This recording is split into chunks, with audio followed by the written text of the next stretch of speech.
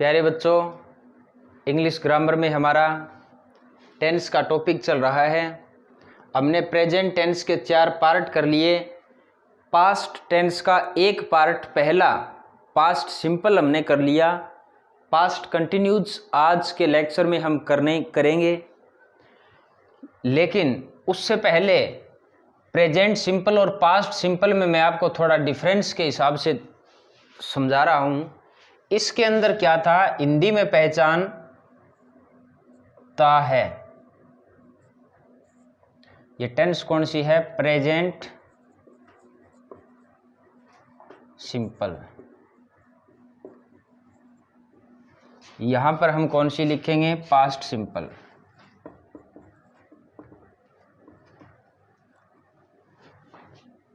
हिंदी में ता है, ती है, वो लिखवाया था। यहां पर मैंने लिखवाया था कल ता था, ती थी, ते थे। ठीक है। यहां पर मैंने हेल्पिंग वर्ब डू और डज लिखवाया था। यहां पर हेल्पिंग वर्ब मैंने डिड लिखवाया था। यहां पर मैन वर्ब मैंने वर्ब की फर्स्ट फॉर्म के साथ एस या ईएस ये बताया था पॉजिटिव सेंटेंस के साथ। ये पी का मतलब पॉजिटिव सेंटेंस, और नेगेटिव प्लस इंटेरोगेटिव के अंदर मैंने वर्ब की फर्स्ट फॉर्म बताई थी ओनली। यहां पर क्या है? मैन वर्ब है, सेकंड फॉर्म मैंने आपको लिखवाई थी, सेकंड फॉर्म। और यहां पर है नेगेटिव प्लस इंटेरोगेटिव के अंदर आपको वर्ब की फर्स्ट फॉर्म मैंने लिखवाई थी। ये अंतर होता है। यहां पर डू डज लगा या डिड लगा। हेल्पिंग वर्ब मैन वर्ब यहां पर फर्स्ट फॉर्म के साथ एसईआईएस है पॉजिटिव में। यहां पर ये जो सेकंड फॉर्म मैंने बताई है ये पॉजिटिव का है। नेगेटिव प्लस इंटेरोगेटिव में फर्स्ट फॉर्म, यहां भी फर्स्ट फॉर्म, यानी सेकंड फॉर्म नहीं लगेगी, यहां फर्स्ट लगेगी। ठीक है। अब कहने का मतलब ये है कि जहां पर डू डिड और डज ये लगता है, इन सभी के साथ ओनली फर्स्ट फॉर्म आती है, ना तो एसईआईएस आता ना ही सेकंड फॉर्म आती। समझे? ये चीज़ हो गई। ये थोड़ा सा अंतर था। ये आपको नोटबुक में वैसे नोट नहीं करना, सिर्फ याद करना है। आपको ये पता होना चाहिए, डिफरेंस के हिसाब से भी याद रखना सभी बच्चे। अब हम करेंगे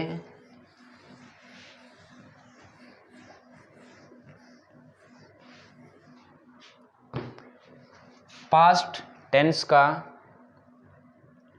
सेकंड पार्ट, पास्ट कंटिन्यूज।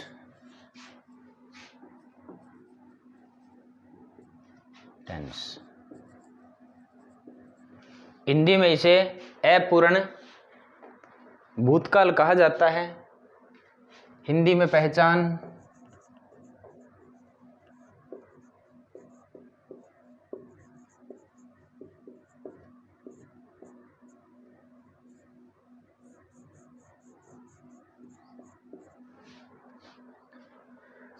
इसमें हिंदी में पहचान आएगा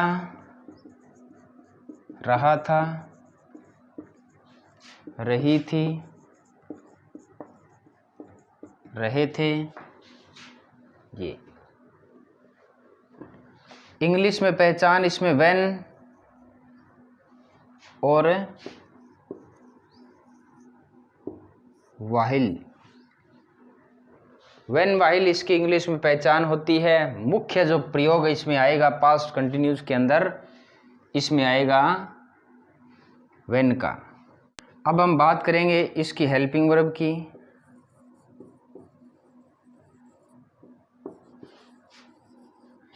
हेल्पिंग वर्ब इस टेंस के अंदर वाज और वर। आई,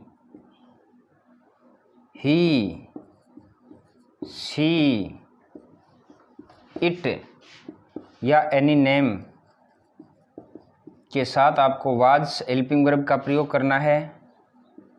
वी, यू और दे के साथ आपको वर हेल्पिंग वर्ब का प्रयोग करना है। अब इसकी बात करेंगे मेन वर्ब की, मुख्य क्रिया, वर्ब की फर्स्ट फॉर्म प्लस में आईएनजी। अब इसकी एक्सरसाइज ये नोट कर लेना अच्छी तरह से, सभी बच्चे याद रखना। इसमें एक नई चीज़ ये निकल करके आई है कि आई को हम यहाँ पर एक वचन मानेंगे, ठीक है। आई के साथ ये वाज हेल्पिंग वर्ब का प्रयोग करना है। आईएनजी फॉर्म इसमें लगती है कंटिन्यूज में, तो कंटिन्यूज में आई लगाने से पहले 3 नियम मैंने आपको लिखवाए थे, वो नियम याद होंगे आपको, याद रखना उन नियमों को। हिंदी में पहचान याद रखना और जो ट्रांसलेशन में काम आएगी, इंग्लिश में पहचान याद रखना जो कि खाली स्थान भरते वक्त आपको काम आएगी। अब हम बात करेंगे पॉजिटिव सेंटेंस, सकारात्मक वाक्य हिंदी में कहा जाता है।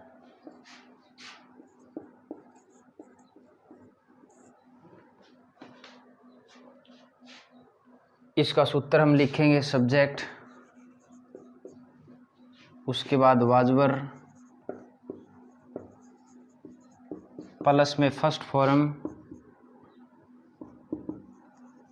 फिर आईएनजी, फिर object. Subject, helping verb, first form, ING. इसका एग्जाम्पल करेंगे, वह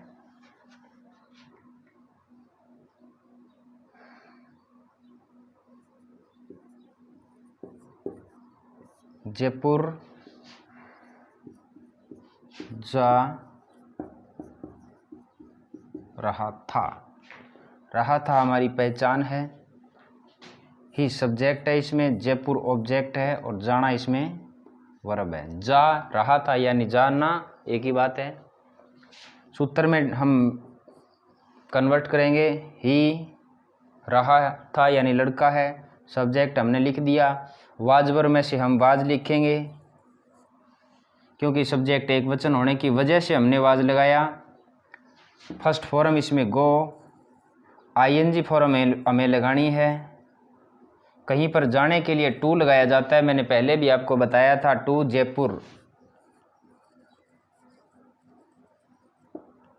इस प्रकार से ये वाक्य बनेगा। इसी प्रकार एक वाक्य और है,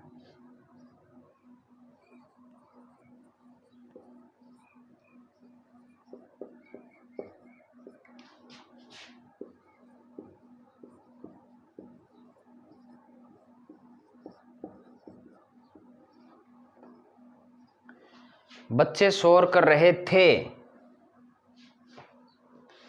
तो इसको हम ट्रांसलेट करेंगे तो बच्चे इसमें सब्जेक्ट है, शोर इसमें ऑब्जेक्ट है और करना इसमें वर्ब है। ट्रांसलेट करेंगे, इसमें सब्जेक्ट हम लिखेंगे तो दा पहले लगाएंगे, पूरा करेंगे इस वाक्य को।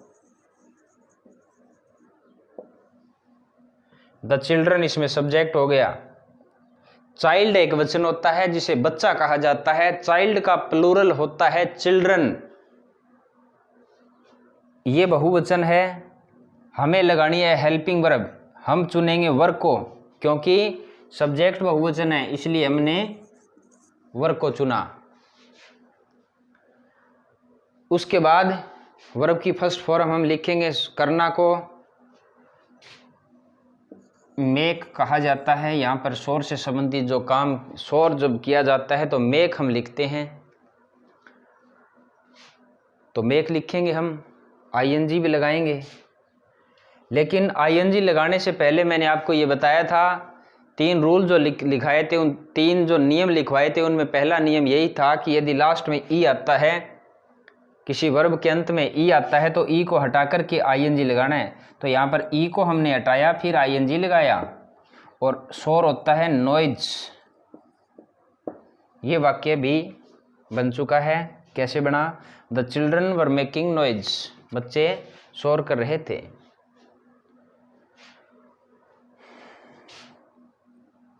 ठीक है, ये वाक्य हमारा बन चुका है। इसकी 2 एक्सरसाइज मैंने करवा दी।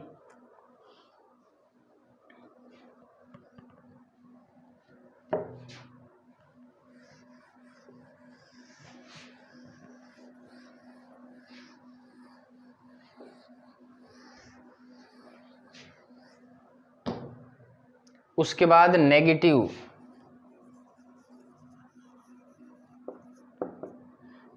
सेंटेंस, हिंदी में नकारात्मक कहा जाता है।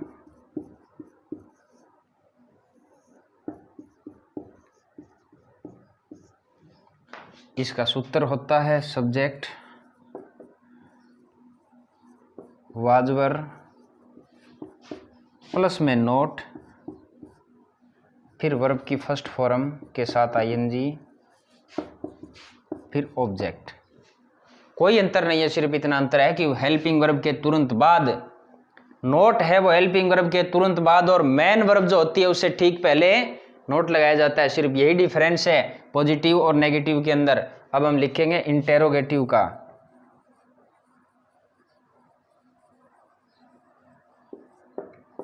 इंटेरोगेटिव सेंटेंस हिंदी में कहा जाता है प्रश्नवाचक वाक्य। इसका सूत्र पहले वाजवर, क्योंकि आप सभी बच्चों को ये पता है कि जब भी हम इंटेरोगेटिव का सूत्र लिखते हैं तो उसमें हेल्पिंग वर्ब पहले आती है। अब यहाँ पर हमारा सब्जेक्ट आ गया, वर्ब आ गई, ऑब्जेक्ट आ गया, हेल्पिंग वर्ब स्टार्टिंग में आ गई। यहाँ पर चीज़ वही है, सब्जेक्ट है। पॉजिटिव का देखिए, सब्जेक्ट है, हेल्पिंग वर्ब 2 चीज़, 3 चीज़ वर्ब, चौथी ऑब्जेक्ट। यहाँ पर भी 1 चीज़ verb, main verb, subject 2, main verb 3 और ऑब्जेक्ट 4। चीज़ वही है, सिर्फ इनकी जगह स्थानांतरित हो जाती है, यानी आपस में बदल जाती है। तो ये वाजवर पहले आया तो ये इंटेरोगेटिव सेंटेंस बन गया। ये हमारे सूत्र है। इन सूत्र को आपको याद रखना है। सभी टेंस के अंदर प्यारे बच्चों, मैंने पहले भी आपको ये कहा था कि सिर्फ बदलती है हेल्पिंग वर्ब। क्या बदलती है? हेल्पिंग वर्ब और मेन वर्ब। ये जो टेंस की जो सुई होती है वो सिर्फ हेल्पिंग वर्ब और मेन वर्ब के आसपास ही घूमती है। सूत्र का हमारा कुछ से कोई चीज़ चेंज नहीं होती। सूत्र में जो सब्जेक्ट यदि पॉजिटिव में आएगा 1 नंबर पर, तो सभी टेंस के जो 12 पार्ट है सभी में 1 नंबर पर ही आएगा। ऑब्जेक्ट है तो वो लास्ट में ही आएगा। और सूत्र एक जो परमानेंट होता है, स्थायी, वो यही होता है। जैसे सब्जेक्ट हम लिख दिया हमने, उसके बाद मैं यहाँ पर हेल्पिंग वर्ब लिख रहा हूँ ताकि 12 के 12 पार्ट में ये काम कर सके। अब टेंस के अनुसार ये बदल जाएगी लेकिन सूत्र तो सेम रहेगा ना। उसके बाद इसमें मेन वर्ब आती है जिसको हम वी लिख देते हैं सीधा। ये मेन वर्ब होती है, हम लिख देते हैं शॉर्ट में, आप समझ भी जाते हो, ये होती है। अब ये टेंस के अनुसार बदल जाएगी।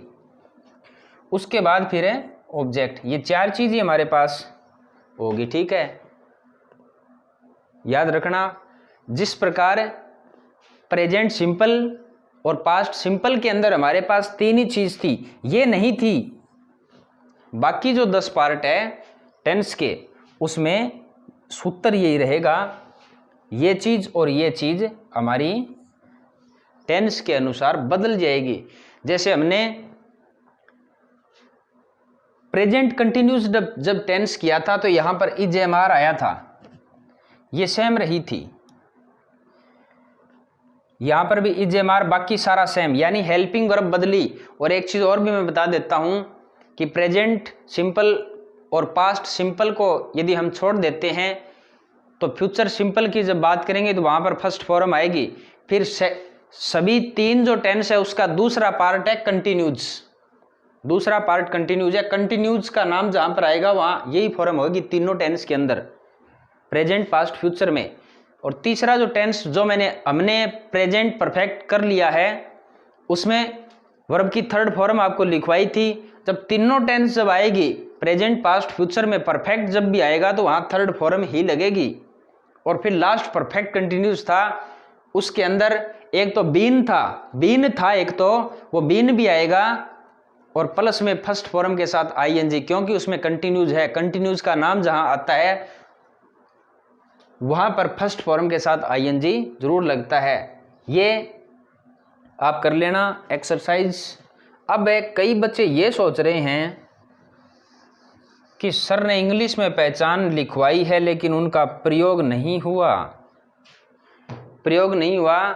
हम कैसे खालिस्तान कैसे भरेंगे? वो भी मैं आपका जो प्रश्न है उसका मैं जवाब दूंगा। इंग्लिश में कैसे पहचान की जाती है, इंग्लिश के वाक्य भी खालिस्तान भर कर के हम देखेंगे। पहले इसका इंटेरोगेटिव प्लस नेगेटिव एक वाक्य और लिखवा देता हूं। इंटेरोगेटिव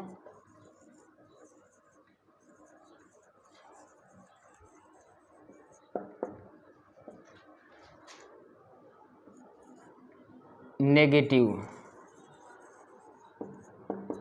सेंटेंस,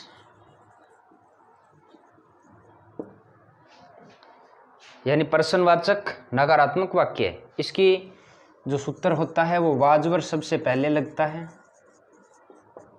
उसके बाद सब्जेक्ट लगता है, उसके बाद नोट, फिर वर्ब की फर्स्ट फॉर्म के साथ आईएनजी, फिर ऑब्जेक्ट, क्वेश्चन मार्क आएगा।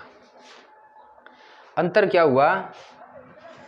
हेल्पिंग वर्ब, सब्जेक्ट, वर्ब की यहाँ पर फर्स्ट फॉर्म आ गई लेकिन यहाँ पर नोट आया। कहने का मतलब ये है कि मेन वर्ब के बाद, अब मेन वर्ब तो आगे चली गई, यहाँ पर तो ज़्यादा, सब्जेक्ट के बाद यहाँ पर यानी मेन वर्ब से पहले ठीक पहले नोट लगता है। ये पक्का नियम है, मेन वर्ब से ठीक पहले नोट लगता है। यहाँ पर हमने मेन वर्ब से पहले नोट लगाया। यह नकारात्मक है, यहाँ पर भी हमने मेन वर्ब से पहले नोट लगाया। और सभी में आपने सभी बच्चों ने देखा भी होगा। इस प्रकार से ये इंटेरोगेटिव प्लस नेगेटिव का वाक्य है। इसकी एक्सरसाइज आप कर लेना। अब हम करेंगे इंग्लिश में, हम खालिस्तान भरेंगे। पहला वाक्य है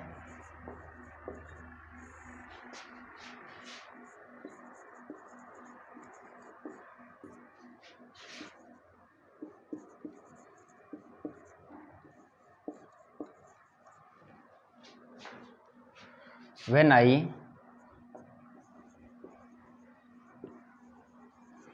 reached to his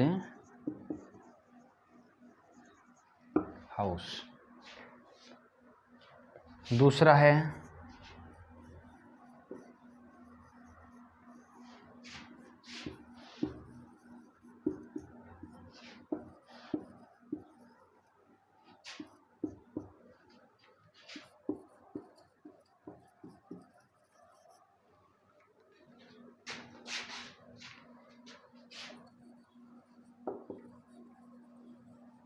तीसरा वाक्य है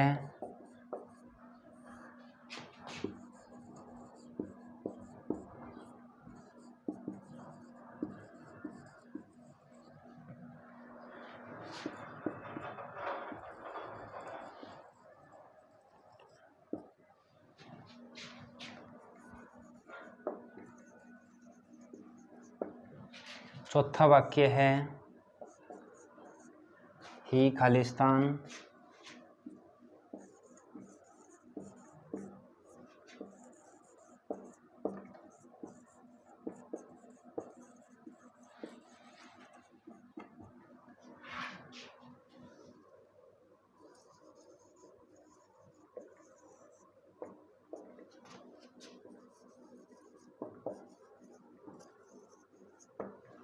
इस प्रकार से करना है। ये पॉजिटिव का है। अब सभी बच्चों को ये पता है कि इस टेंस के अंदर हेल्पिंग वर्ब हमारी वाज और वर है, और फर्स्ट फॉर्म के साथ हमें लगाना है आईएनजी। ठीक है। पहला है सी खालिस्तान a book when I reached to his house, जब मैं उसके घर में पहुंचा तो वो पुस्तक पढ़ रही थी। ये वाक्य का भाव भी है जिसमें हिंदी ये निकल के आ रही है कि रही थी, यानी पास्ट कंटिन्यूज का है। इसमें हमें क्या करना है, वाज वर में से हमें वाज लगाना है। एक वचन सब्जेक्ट है इसलिए वाज लिखेंगे। रीड है तो हम रीड के आईएनजी लगा देंगे, तो हमारा ये क्या बनेगा, रीड हमने लिख दिया और आईएनजी भी लगा दिया, रीडिंग बन जाएगा। ये हमारा आंसर है। उसके बाद second, Mohan Khalistan sleep when I knocked his door, जब मैंने उसका दरवाज़ा खटखटाया तो मोहन सो रहा था। वाक्य का भाव भी यही निकलेगा। यहाँ पर हम वाज लिखेंगे और स्लीप है तो हम लिखेंगे स्लीपिंग। आया समझ में? वाज इसलिए लिखा, एक वचन है। ही खालिस्तान take tea when I entered his room, जब मैंने उसके कमरे में प्रवेश किया तो वह चाय पी रहा था। तो यहाँ पर भी हम लिखेंगे वाज, और जैसे ये टेक था, पहला नियम आईएनजी लगाने के लिए क्या था, बताया था मैंने कि ई को हटा करके लगाइए आईएनजी। आया समझ में? चौथा, ही खालिस्तान wash the clothes when I entered his house, जब मैंने उसके घर में प्रवेश किया तो वह कपड़े धो रहा था। हिंदी का भाव भी यही कहता है कि क्योंकि व्हेन पहचान है, ज़्यादा प्रयोग आता है इसका, इसलिए यहाँ पर वास है। यहाँ पर भी हम वाज लिखेंगे और वास के आईएनजी लगाएंगे, वॉशिंग। ठीक है। इसी प्रकार ये हमारा हो गया वाक्य पॉजिटिव का। इसी प्रकार यदि नेगेटिव का आएगा तो बिल्कुल भी थोड़ा सा अंतर होगा। इस यहाँ पर नोट लिखा होगा, नोट रीड, यानी नोट पहले से लगा हुआ होगा, नेगेटिव होगा तो उसमें आपको ज़्यादा बिल्कुल भी परेशान नहीं होना। यहाँ पर वाज और नोट इसमें तुरंत बाद दिया ही होता है, और रीड के आपको सीधा आईएनजी लगाना है। इस प्रकार ही करना है। यानी ये जो हमने लगा रखा है ना, ये जो जगह है, यहाँ पर है हेल्पिंग वर्ब के बाद में, यानी हेल्पिंग वर्ब के बाद में और मैन वर्ब से पहले नोट लगता है। हेल्पिंग वर्ब के बाद में और मैन वर्ब से पहले नोट लगता है। समझ में आया? इस प्रकार करना है। नेगेटिव का जब जैसे ही पेपर में आता है, जैसे मान लीजिए नेगेटिव का आ जाता है तो इस प्रकार से करना है। और यदि मान लीजिए इंटेरोगेटिव का आता है तो कैसे करोगे? इंटेरोगेटिव का जब भी आएगा तो ये ऐसे आएगा,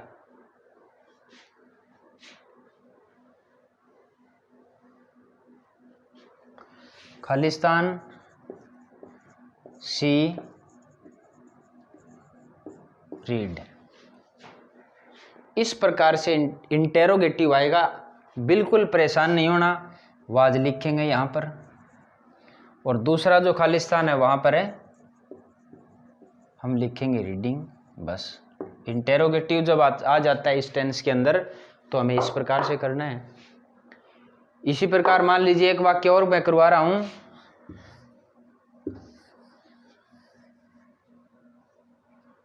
खालिस्तान मोहन और यहाँ खालिस्तान और फिर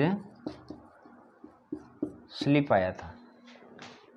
उसी प्रकार हमें खालिस्तान से कहीं आ जाओ, हमें दो चीज़ लगानी है, एक तो हेल्पिंग वर्ब और एक मैन वर्ब।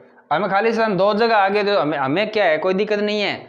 हम पहले वाज लगा देंगे, फिर आईएनजी वाली वो जो है फॉर्म लगा देंगे। जैसे ये स्लीप है, इसका स्लीपिंग बन गया। बस हमें इतना ही करना है। इस प्रकार से ये होगा। आज एक चीज़ मैं और आज के इस लेक्चर में हम इतना ही करेंगे। एक चीज़ मैं और बता देता हूँ सभी बच्चों को कि कल 21 तारीख को एक पेंटिंग प्रतियोगिता राज्य स्तर पर होने जा रही है, जिसमें मैटर कोविड-19 यानी ये जो महामारी चल रही है, इस महामारी के ऊपर आपको चार्ट खरीद करके उसके ऊपर पेंटिंग बनानी है। उस पेंटिंग को स्केच का प्रयोग करते हुए पेंसिल का बड़े सुंदर ढंग से बहुत ही बढ़िया बनानी है, और वो बनाने के बाद आप मेरे पास उस पेंटिंग की फ़ोटो भेजो। मैं फिर उसको आगे हमारा जो शिक्षा विभाग का जैसे ब्लॉक स्तर पर ऑफिस होता है नोहर में, वहाँ पर मैं आप भेजूँगा। और यदि कोई बच्चा बहुत ही अच्छा बनाता है तो राज्य सरकार की ओर से पुरस्कृत भी उस बच्चे को किया जाएगा। इसलिए एक बार फिर से मैं बता देता हूँ, कोविड-19 ये जो महामारी चल रही है कोरोना, विषय कोरोना का ही होना चाहिए। इसके ऊपर एक पेंटिंग बनानी है। उस पेंटिंग को बना करके मेरे पास आप सेंड करो, भेजो मेरे पास, मैं फिर उसको आगे भेजूँगा। यदि आपने बहुत ही अच्छी पेंटिंग बनाई है तो आपको पुरस्कृत भी किया जाएगा, यानी इनाम भी मिलेगा।